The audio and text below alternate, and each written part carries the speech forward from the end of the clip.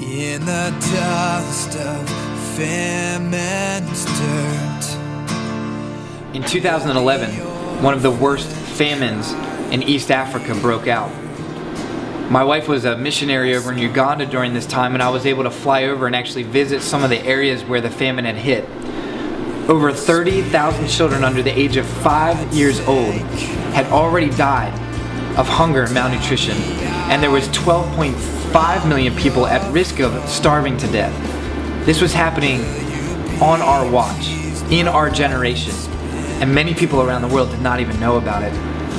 And I remember one day traveling to northern Uganda, and we visited this malnutrition rehabilitation center where we spent time with children that were so malnourished they were on the brink of death. And I will never forget some of the images that we saw that day.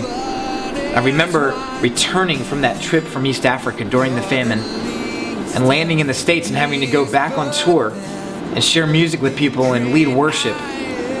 But really all I could think about this whole time was, are we really worshiping God if we're singing about how great He is and forgetting about the hungry on the other side of the world that are literally starving to death for the lack of food?